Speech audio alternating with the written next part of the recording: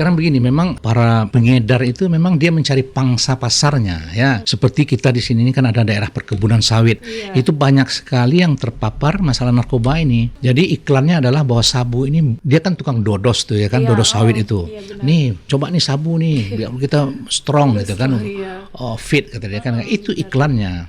Saya banyak sekali mengasesmen tersangka yang petani sawit ini ya. Mereka tuh tahap awalnya itu tadi ada orang yang menawarkan gratis gitu. Cobalah ini. Memang kuat pada saat itu saja ya kan gitu.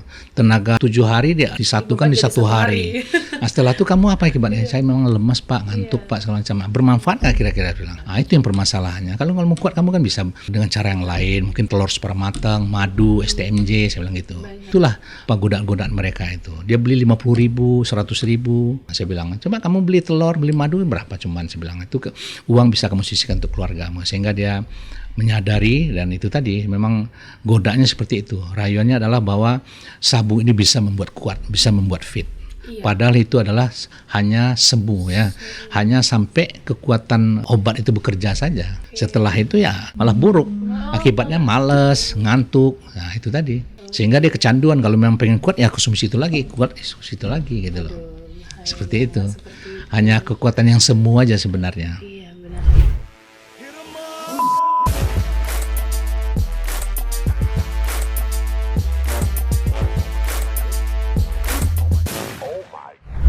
Assalamualaikum warahmatullahi wabarakatuh. Waalaikumsalam Sobat warahmatullahi wabarakatuh. Kominfo semua.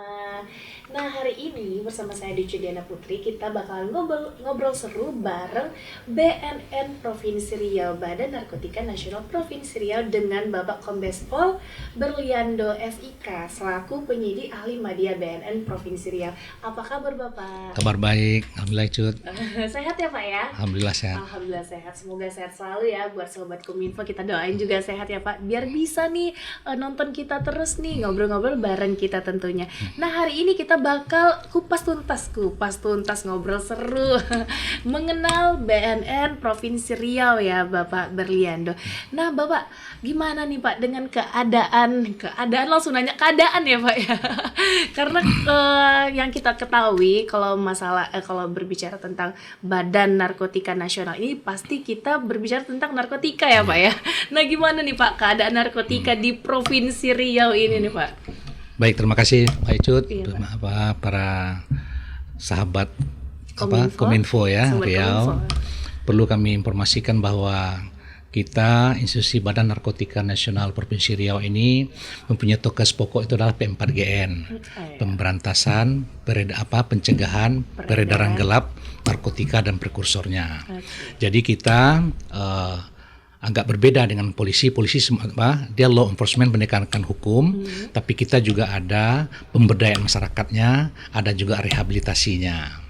Nah, sekarang mungkin Icu sudah tahu bahwa paradigma penegakan tindak pidana narkotika sekarang ini tidak lagi kita mempenjarakan pemakai, pencandu, penyalahguna. Benar sekali. Tapi kalau memang dia itu murni pemakai atau penyalahguna, melalui asesmen atau TAT di BNN itu kita salurkan untuk direhabilitasi, seperti itu ya. Dan perkembangan itu ya mungkin di media pun di mana pemberitaan mana-mana memang kita Indonesia ini pernah di label oleh Presiden bahwa kita ada dalam keadaan darurat narkoba ya. Apalagi sekali. Riau ini adalah jalur pelintasan, jalur pintu masuknya narkoba dari wilayah Malaysia. Nah, itu memang sekali. Ini ya menjadi keprihatinan kita. Bapak Presiden Prabowo juga dalam Astacitanya di Astacita yang ke-7 beliau juga sudah sampaikan bahwa pemberantasan narkotika juga ada dalam program beliau di Astacita itu. Nah, itu yang perlu kita ini kan. Memang itu BNN RI memasukkan BNNP Riau ini dalam BNNP yang prioritas, yang betul-betul ada berapa 7 ya BNNP yang menjadi prioritas. Yang harus tempat pintu masuk lah itu yang ini menjadi atensi dari pusat lah. yang harus kita antisipasi peredaran gelap narkoba ini. Demikian. Salah satunya kita ya, Pak. Kita, ya. Berarti ini PR terbesar nih untuk BNN ya. dan yang lainnya. Iya, betul. Nah, kalau kita ke kantornya dulu ini ya, berbicara tentang program-program nih. Oke. Mungkin Sobat Kominfo di rumah pengen tahu nih apa saja program unggulan dari BNP Riau ini dalam pencegahan peredaran gelap narkoba. Ya, kita ada program itu namanya membuat adanya desa bersinar ya. Desa bersinar. Desa bersinar. Ada beberapa desa yang kita intervensi ya untuk desa bersih dari narkoba. Oh, bersinar itu bersih dari narkoba. Bersinar itu itulah program kita ya. Itu tadi ya. Okay. Itulah upaya dari pencegahan kita ya. Crime prevention, pencegahan kejahatan itu. Jadi kita ini kan ada suatu desa yang kita desain, kita adakan pelatihan, ada dari komponen masyarakat itu kita libatkan mereka juga ada agen pemulihan, agen-agen juga yang bisa menyuarakan anti narkoba di tempat mereka itu, itu kita latihkan. Itulah program unggulan kita. Di samping kita juga upaya pemberantasan pasti akan berjalan terus. Itu tadi pemberdayaan masyarakat kita juga ini kan. Ada beberapa desa itu yang kita intervensi yang dianggarkan oleh negara untuk pembentukan desa-desa bersinar seperti desa-desa bersinar di Provinsi bersinar, Riau. Iya, di Provinsi Riau. Mungkin Sobat Kominfo pengen tahu nih Pak, berapa desa itu? Itu ada karena anggarnya tidak begitu besar ya, kita kadang-kadang 2 desa saja dulu ya kan. Kalau seperti ada Kampung Baru, ada di beberapa BNNK ada juga kan, kita juga tidak seluruh kabupaten kota di Riau ini ada BNN-nya, kantor BNN-nya. Yang ada cuman di Pekanbaru, kemudian di Kuansing, Dumai, Pelalawan. Itu mereka itu membentuk desa bersinar itu. Hanya biasanya 2 desa setiap tahun itu. Ada desa iya. Ada desa Kampung Baru kemarin kita intervensi, kemudian kita dirikan posko desa bersinarnya dengan melibatkan masyarakat gitu. Jadi masyarakat terlibat di situ gitu, seperti itu. Nah, di desa bersinar ini masyarakat seperti apa kegiatannya? Apanya? Ya itu tadi kita berikan dia keterampilan bagaimana dia dia bisa menjadi menjadi penggiat anti narkoba di sana. Oh, jadi penggiat. Terus diberikan dia keterampilan untuk mampu untuk menginikan orang orang-orang yang terpapar itu ya di konselor sebagai konselor dia bisa dia. Oke, untuk desa bersinar ini agak menarik ya kalau berbicara desa bersinar ini ya Pak ya. Dan itu suatu program yang mungkin agak PR juga nggak sih Pak untuk menyadari masyarakat seperti itu? Iya memang. Untuk perkembangannya sendiri desa bersinar ini gimana Pak? Ya sementara ini dapat laporan dari lurahnya ya lumayan efektif ya untuk itu ya, lumayan efektif supaya bisa minimal ya dapat menekan lah mereka dengan kehadirannya BNN hadirnya negara di tengah-tengah masyarakat itu minimal ada memberikan dampak deteren pada masyarakat. Masyarakat butuh itu tuh, negara di tengah-tengah masyarakat ya Pak ya. Oke, nah bagaimana strategi BNP Riau dalam menjangkau kelompok yang rentan, misalnya kayak anak pelajar, anak sekolahan, kan sekarang anak-anak kecil itu pada udah ikut serta gitu Pak. Ya. Nah gimana Pak? Itulah BNNP Riau kemarin beberapa tahun dulu kita sudah bekerjasama dengan Dinas Pendidikan ya, bagaimana kita membuat satu kurikulum ya bagi pelajar tentang bahaya narkoba, dan itu sudah di launching pada saat Pak Gubernurnya Pak Samsuar ya di Balai Serindit waktu itu.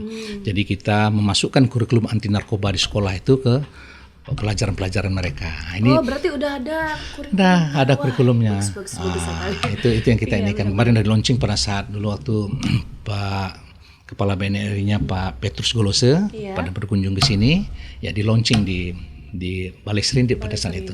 Wah, berarti kurikulum di sekolah-sekolah sudah ya, ada ya Pak. Ada ya. Dan itu memang harus diterapkan terus ini sepertinya. Ya mudah-mudahan seperti itu ya. Iya benar sekali. Apalagi ya Indonesia rentan dengan narkotika ini apa ya. Dan saya juga sudah berdiskusi juga dengan para kepala sekolah. Kami siap untuk menjadi inspektur upacara di sekolah. Kapan saja misalnya pada hari Senin pada upacara undanglah kami ya. Kami menjadi inspektur upacara, kami juga memberikan edukasi kepada para pelajar. Nah, itu upaya BNN dalam rangka memberikan edukasi tentang bahaya narkoba kepada pelajar. Aduh, PR BNN sangat berat ya Sobat Kominfo ya. Nah, apa saja nih Pak modus biasanya terjadi peredaran gelap narkoba ini?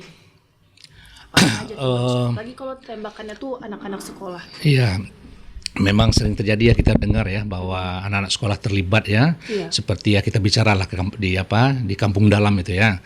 Itu anak-anak ya dijadikan oleh bandar di sana itu ya, diberdayakan sebagai mata-mata apabila ada orang yang lain yang ini diinformasikan kepada mereka itu gitu loh. Jadi itulah keterlibatan anak-anak itu. Dia dibayar dengan sejumlah uang ya. Nah, itu yang yang perhatian kita di suatu kampung-kampung narkoba itu. Itulah upaya kita bagaimana kampung narkoba ini kita jadikan ya jadi kampung bersinar gitu, seperti itu.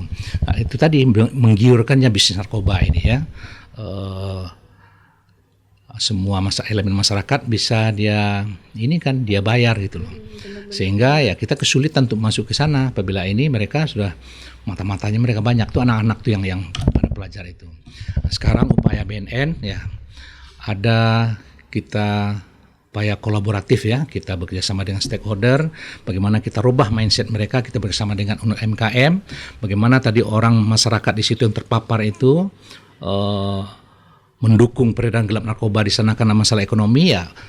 Kita menggandeng UMKM bagaimana mereka tadinya dia mendapatkan uang dari bisnis haramnya itu, sekarang kita rubah bagaimana meningkatkan ekonomi masyarakat sana ya, tidak lagi dengan mendapatkan uang dari hasil uang haram tersebut dari peredaran narkoba di kampungnya tersebut, kita jadikan dengan mungkin menciptakan suatu usaha kecil menengah di sana. Nah, itu upaya daripada Kepala BNN RI pada saat ini. Oke, itu berarti itu strategi penanganannya ya. Pak ya. Tapi kalau berbicara tentang modus-modus itu memang banyak sekali. Ya, modusnya banyak, apalagi kemarin kita ada upaya-upaya penangkapan itu banyak sekali modusnya ya. Dia membuat narkoba itu melalui pesawat gitu ya. Dia dengan cara supaya dia itu last call gitu, panggilan terakhir. Sehingga padahal narkoba itu ada di badannya. Gitu, iya. Jadi dia memanfaatkan panggilan terakhir. Kalau panggilan terakhir kan last call kan mereka buru-buru sehingga petugas aviation security bandara itu tidak terlalu mengecek dia karena dia takut tertinggal pesawat, padahal narkoba itu ada di badannya. Itu pernah juga kita ungkap seperti itu. Dan kita kan bekerja sama dengan dengan Angkasa Pura ya. Ada MOU dengan Angkasa Pura dengan security bandara, BNN Periau dengan mereka. Apabila ada temuan-temuan seperti itu di kargo bandara, kita selalu bekerja sama. Karena ada pengiriman paket narkotika ini melalui paket JNT, JNE ya, bahkan juga dengan passenger sekalian dengan penumpangnya, pernah juga kita tangkap seperti itu. Aduh, berat sekali PR BNN ini dengan segala cara modus ya Pak ya. Aduh, ada yang di dalam tabung obat, ada di dalam knalpot, macam-macam kalau modus pengirimannya. Modus pengirimannya wah, sulit ini Pak. Ada di kotak Herbalife ya, ada juga. Ada di keset ya. Iya, ya ampun, nih memang benar-benar sulit. Nah, tadi kan Bapak sempat berbicara kerjasama dengan Angkasa Pura. Nah, bagaimana kerjasama BNN dengan instansi-instansi lainnya nih? Itu ya saya bilang tadi bahwa sekarang apalagi dengan kebijakan pemerintah yang mengefisiensi anggaran ini, kita harus butuh berkolaborasi ya. Kita bekerjasama dengan stakeholder ya. BNN sendiri tidak bisa sendiri, institusi BNN itu untuk memberantas narkoba perlu bekerjasama dengan stakeholder. Apalagi di perairan ya, kita butuh bekerjasama dengan Bakamla, dengan TNI AL, dengan Bea Cukai ya kan. Karena kita terbatas infrastruktur kita tidak punya kapal BNNP ini. Sementara kan di sini kan jalurnya kan lintasannya kan melalui laut, jalur laut. Nah, itulah perlu kerjasama dengan Bea Cukai. Dengan Pol Air kita bekerjasama dengan itu. Dan untuk di bandara kita bersama dengan Aviation Security Angkasa Pura. Kalau tidak ya kita tidak bisa memaksimalkan tugas BNN dalam rangka pemberantasan narkoba ini. Wah, ini seru seperti nih. itu. Mungkin banyak banget nih yang masyarakat pengen tahu nih. Ini jalur perairan ini yang lagi hits banget, apalagi pesisir kita banyak ya Pak ya. Nah, ini gimana Pak? Kewalahan sendiri nggak nih BNN Provinsi Riau nih? Ya, bagaimanapun itu adalah kelemahan kita, ya bagaimana kelemahan kita nih kita jadikan suatu tantangan, ya kita bagaimana kita bekerja sama dengan aparat terkait, yaitu tadi kita bekerja sama dengan Lanal. Nah, Lanal kalau ada tangkapan dia pasti bekerja sama dengan BNN untuk dalam proses penyidikannya. Kemarin kita dengar juga kan Direktorat Reserse Narkoba Polda Riau baru nangkap itu bukan bekerja sama dengan Bea Cukai. Ya, itu di laut. Di laut itu ya. Nah, seperti itu kita tidak bisa kita bekerja sendiri tanpa kita berkolaborasi. Berarti di Riau ini banyak nih Pak apa itu jalur tikusnya istilahnya. Jalur tikusnya iya banyak Pak. Apalagi saya dapat informasi dari Bea Cukai itu bahwa garis pantai kita 600 kilometer panjangnya gitu loh. Luar biasa ya garis pantai Riau ini yang bisa dimasuki mereka itu secara dengan jalur laut ya. Di pelabuhan-pelabuhan tikus terbesar ini. Apalagi kita dekat dengan selat dan negara-negara tetangga Pak ya. Itu ancaman kita. Iya, kalau orang berpikir kan Kepri ini yang paling gampang apa segala. Enggak, Riau juga segampang itu ya, semudah itu. Bahkan Kepala BNN RI sekarang juga ada kebijakannya harus bekerja sama dengan pihak luar negeri. Ya bisa saja ya, kan memang ada asal masuk barang dari Malaysia ya kita bekerja sama dengan negara tersebut, dari mana asal kita kejar gitu. Iya, karena dia juga gitu ya, mereka Pak, merasa juga dari perlintasan gitu. Iya, benar-benar masuk dari Myanmar, dari mana, dari Golden Triangle ya kan asal barang itu ya kan. Seperti itu. Harus ada kerjasama dengan luar negeri internasional harus itu ya. Nah, kalau kita, karena Bapak di Kominfo, kita berbicara teknologi juga, karena kita di era teknologi ini Pak. Dan gimana nih peran teknologi informasi dalam mendukung operasi penindakan BNN Riau, kayak contoh kasus yang sudah ada gitu, keberhasilannya gimana dengan teknologi ini? Ya kita kan juga memang ada menggunakan Inteltek ya, itu juga adanya di pusat. Nah, itu memang teknik-teknik itu memang tidak perlu juga kita sampaikan ke masyarakat karena itu adalah strategi kita ya, dan itu adanya di pusat itu. Kita menggunakan teknologi yang inilah tentang intelijen berbasis teknologi untuk ya masyarakat tentu kita menggunakan dengan media sosial kan bisa juga kita menggunakan menampung informasi melalui media online segala macam itu bisa ada informasi silakan saja, dan kita juga ada call center BNN. Silakan sampaikan itu di Puslit Datin, Pusat Penelitian Data dan Informasi BNN ada. Call center itulah yang menampung informasi-informasi dari masyarakat. Nanti call center BNN itu akan menyampaikan ke kita bahwa ini ada informasi dari masyarakat seperti ini. Ada call center BNN. BNN juga butuh dukungan masyarakat. Pasti, ya Pak ya. Sangat dukung nih masyarakat yang melihat ya seperti itu langsung aja hubungin call centernya BNN. Ada call center BNN ya. BNN terbuka loh untuk masyarakat. Pasti. Gitu kan. Siapa sih yang nggak mau masyarakatnya sehat ya Pak ya, bener.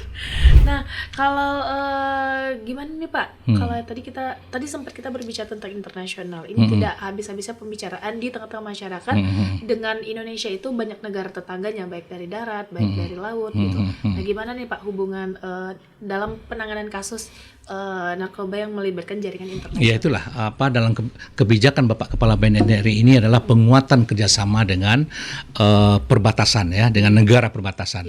Penguatan koordinasi dengan aparat penegak hukum antar negara, kemudian penguatan koordinasi dan pengawasan terhadap pekerja migran dan dari negara tetangga itu. Kan pekerja migran itu juga kadang-kadang kan apalagi punya human trafficking semacam itu, di samping membawa orang juga dia membawa narkoba.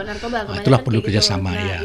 Itu yang takuti ini sekarang ini. Itu yang diapakan oleh Pak Kepala BNN Pak Martinus Hukom pada saat ini, dia masukkan dalam suatu program prioritas dia itu tadi penguatan kerjasama dengan negara-negara yang berbatasan dengan negara NKRI. Seperti itu. Seperti itu. Nah, jadi kalau BNN ini nggak ngurusin yang di dalam negeri aja, tapi kita memang bekerja sama dengan internasional ya, bekerja sama secara internasional di luar negeri. Karena memang benar kata Bapak tadi, imigran juga harus diperhatikan. Berarti bekerja sama juga dengan imigrasi dan sebagainya. Seperti itu, Nah, seperti itu. Nah, kita mau tahu nih Pak, untuk apakah ada program khusus BNN ini sendiri untuk pendatang dari luar negeri itu gitu. Program Maksudnya? khusus untuk imigran tadi gitu. Oh, kita tidak ada seperti itu ya. Cuman itu tadi kita apa namanya, ada tematik dan ikonik ya, penanganan permasalahan mendasar dan aktual di masing-masing wilayah rawan, pendekatan intervensi berdasarkan pada data, sumber daya dan kearifan lokal wilayah rawan, penguatan ketahanan keluarga dan lingkungan pendidikan. Itu program aja. DPNN. Oke. Kalau memang apa ya, kita tetap bekerjasama dengan pihak imigrasi apabila ada orang-orang yang perlu kita curigai, tetap pengawasan terhadap orang asing pasti kita kerjasama dengan pihak imigrasi. Karena masyarakat tahu kita dekat dengan Malaysia, kita dekat dengan Singapura gitu kan Pak. Makanya masyarakat pasti bertanya ini. Perlu saya informasikan kepada para masyarakat ya. Itu berawal mereka itu orang-orang Malaysia tuh pernah saya integrasi ya. Mereka tuh awalnya itu mereka melancong dulu. Benar-benar. Nah, melancong dia ke mana? Ke Bengkalis. Terus dia bertamu seolah-olah berwisata. Nanti dia bawa narkoba itu dia bergaul gitu. Coba lah ini semacam kan. Dia bawa barang itu. Dia sasar kepada para nelayan itu tadi. Sekali, dua kali. Akhirnya ketagihan. Ketika dia udah ketagihan pengen minta lagi. Itu mereka baru mengajak berbisnis itu seperti itu modus mereka itu. Masuknya mereka sebagai pelancong dulu untuk menarik siapa yang akan dijadikan dia untuk transporternya nih, untuk ini kan bisa kita sasar pelautnya ini nelayannya ini. Nelayannya itu yang dia racuni dulu, dia kasih narkoba. Ketika ketagihan ya udah, kamu mau bawa barang saya ini ya. Seperti itu yang pernah saya dalami integrasinya seperti iming-iming bayaran. Nanti bayar. Mereka bisa dapat 5 juta paling sedikit tuh 1 kilo, itu malah 1 kilo. Sedikit 5 juta. 5 juta rupiah ya. Luar biasa sekali. Ya, sekali bawa tuh kadang-kadang bisa 20, bisa berapa kilo gitu, ya kan? Hanya satu ransel tuh udah bisa bermuat 10 kilo kan? Aduh, seperti ini yang udah berapa tuh 10 kilo udah 50 juta ya. Iya, ini yang itu tadi menggiurkan sekali bisnis narkoba itu. Sangat menggiurkan, cuman ya itu tahu apa negatifnya dari hal ini ya Pak ya. Nah, seperti itu loh Sobat Kominfo. Jangan coba-coba deh. Jangan coba-coba kalau ketagihan emang agak sulit ya Pak ya. Apalagi nih kita bahas rehabilitasinya aja deh dulu nih. Biar Sobat Kominfo biar tahu gitu kan. Dari segi positifnya tuh memang tidak ada sama sekali ya Pak ya. Nah, gimana rehabilitasi di Provinsi Riau khususnya nih Pak? Nah, gini Mbak Cut, tadi kan saya sampaikan bahwa paradigma penegakan hukum tindak pidana narkoba ini tidak lagi kita mempenjarakan pemakai, pencandu, penyalahguna itu, melainkan direhab ya. Ketika ada penyidik Polri, mungkin dari tingkat Polsek, Polres, Polda menangkap itu, dan barang buktinya itu istilahnya di bawah ada ketentuannya, surat edaran Mahkamah Agung itu ada batas pakainya. Kalau nggak salah saya, kalau sabu itu 1 gram, kalau pil ekstasi itu ada sekitar 7 butir gitu ya kan, dan dia memang terindikasi hanya pemakai, dan itu melalui TAT ya, tim asesmen terpadu, itulah yang mengasesmen tersangka tersebut apakah betul-betul dia memang pemakai, tidak terlibat dalam jaringan bandar atau kurir segala macam. Kalau seperti itu, kalau memang tidak terdikisi dia terlibat jaringan atau bandar atau kurir, dia itu kita rekomendasikan untuk direhab. Permasalahannya di Riau ini belum ada balai rehab seperti balai besar rehabilitasi yang milik BNN yang di Lido itu. Inilah harapan besar kita kepada pemerintah daerah, nanti bisalah BNNP Riau ini diberikan bantuan atau hibah balai rehab. Kita punya sendiri balai rehab milik BNNP Riau. Jadi masyarakat yang terpapar narkotika di wilayah Riau ini tidak lagi pergi ke Lido, tidak harus ke Batam. Di Batam itu kan memang ada balai rehab milik BNNP Kepri. Sementara di BNNP Riau belum ada balai rehab milik BNNP Riau. Itu harapan kita kepada pemerintah nanti ya. Mudah-mudahan pemerintah daerah, Bapak Gubernur yang terpilih ini, mudah-mudahan beliau atensi terhadap hal ini dan bisa secepatnya mendirikan balai rehab di BNNP Riau. Itu harapan kita. Jadi selama ini kalau rehabilitasi itu rehab itu di rumah sakit jiwa Tampan. Oh, kita Pak. Kan kena stigma ya kan? Oh iya benar-benar. Mungkin Cut nanti kalau seandainya ada pacarnya pernah alumni rumah sakit jiwa itu kan kena stigma ya kan? Waduh, dia mantan Padahal dia di situ tuh memang ada polinapsanya. Iya benar. Tapi orang melihat dari polinapsa. Rumah Sakit Jiwa Tampan, wah ini orang gila kan gitu Iya, istilah. benar. Seperti Padahal itulah di kira-kira. rehabilitasinya di sana. Ada polinapsanya Iya, di memang situ. ada polinapsa.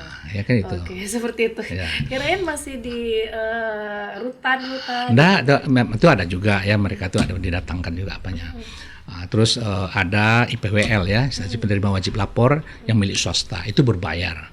Itu mahal sekali, satu bulan tuh kalau nggak salah 6 juta ya, kalau seandainya dia 3 bulan di rehab ya 6 kali 3 18 ya kan. Benar sekali Pak. Oh, berarti selama ini di Rumah Sakit Jiwa Tampan ya Tampan Pak. ya, kalau nggak Iya, pergi ada ke Lido, kalau nggak pergi ke Batam, Kepri. Kalau di Sumatera ini ada juga di Kalianda di Lampung. Oke, berarti Seperti Rio itu. Nison nih. Kita doakan saja Pak ya. Biar mudah-mudahan cepat mempermudah ya. juga. Iya, benar sekali. Nah, kita baca pertanyaan netizen nih Pak. Kadang pertanyaan netizen ini kita harus jawab ini. Ya apa tuh? Nah, ada satu pertanyaan netizen yang Bapak gimana sih dengan penemuan narkotika baru seperti apa di Indonesia yang ditakuti oleh masyarakat, khususnya ini ibu-ibu yang memiliki anak-anak sekolah. Oh gitu ya.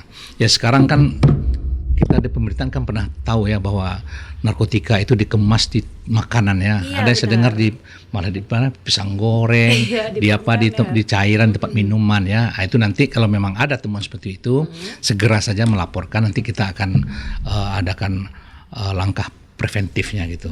Kita akan selidiki ya.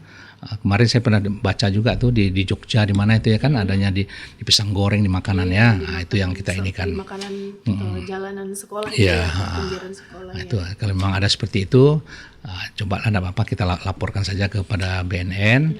Nanti kita akan berkoordinasi dengan BNN pusat untuk bagaimana untuk langkah-langkah pencegahannya seperti Iya, itu. ibu-ibu yang takut nih dengan Ya, dengan anak-anaknya Iya, ya. benar sekali. Karena memang mungkin ibu-ibu ini pada tahu ya, sekarang anak sekolah malah yang lebih rentan ya Pak. Ya, Lebih rentan itu seperti tadi yang ya. Bapak katakan tadi kan Pak. Iya. Ya, sekarang begini, memang apa namanya para pengedar itu memang dia mencari pangsa pasarnya ya. Seperti kita di sini ini kan ada daerah perkebunan sawit ya. Iya. Itu banyak sekali yang terpapar masalah narkoba ini.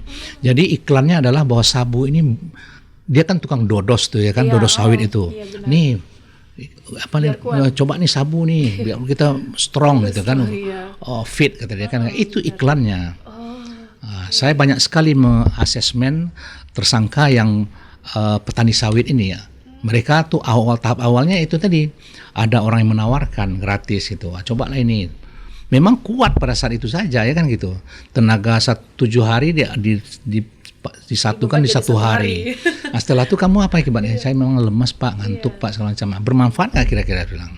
Nah, itu yang permasalahannya. Kalau kamu kuat kamu kan bisa dengan cara yang lain, mungkin telur sepermatang, madu, STMJ, saya bilang gitu. banyak ya Pak ya. Sampai sering saya sampaikan seperti itulah apa godaan-godaan mereka itu. Dia beli 50.000, 100.000. Nah, saya bilang, coba kamu beli telur, beli madu berapa cuman, saya bilang itu uang bisa kamu sisihkan untuk keluargamu, sehingga dia menyadari. Dan itu tadi memang godanya seperti itu. Rayuannya adalah bahwa sabu ini bisa membuat kuat, bisa membuat fit. Iya. Padahal itu adalah hanya sembuh ya, hanya sampai kekuatan obat itu bekerja saja. Oke. Setelah itu ya, Balik masa lagi dia ya? bukan balik, malah buruk. Akibatnya males, ngantuk. Nah itu tadi. Sehingga dia kecanduan. Kalau memang pengen kuat ya konsumsi itu lagi, kuat konsumsi itu lagi gitu loh. Seperti itu. Hanya kekuatan yang semu aja sebenarnya. Iya benar. Oke. Ternyata banyak sekali modus-modus ya untuk perkembangan narkotika ini yang membuat PR sekali nih. Nggak cuman pemerintah aja, Sobat Kominfo, tapi kita sebagai masyarakat juga ayo sama-sama ya Pak memberantas narkoba. Sayangi keluarga ya Pak. Iya, jangan tertipu oleh iklan-iklan bandar itu. Jangan boleh tertipu dengan iklan-iklan itu. Oke Bapak, karena waktu kita yang sudah mau selesai ini pembicaraannya, padahal lagi seru-serunya nih Pak ya, tapi kita terbatas ya Pak ya. Nah mungkin Bapak ada kesan dan pesan untuk Sobat Kominfo dan masyarakat. Ya, pada masyarakat dan Sobat Kominfo, kami dari Badan Narkotika Nasional Provinsi Riau menghimbau kepada seluruh masyarakat, hiduplah sehat tanpa narkoba.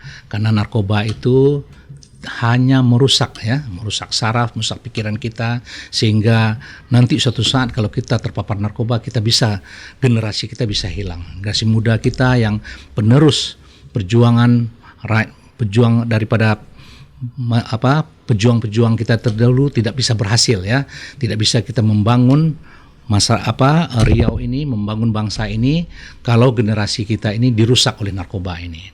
Pesan daripada Kepala BNN juga seperti itu, kita harus hidup sehat tanpa narkoba ya. Jangan mau terayu oleh bujuk rayu, bandar, pengedar ya. Itu semata-mata adalah semu ya. Hanya semata-mata ingin merusak generasi kita aja.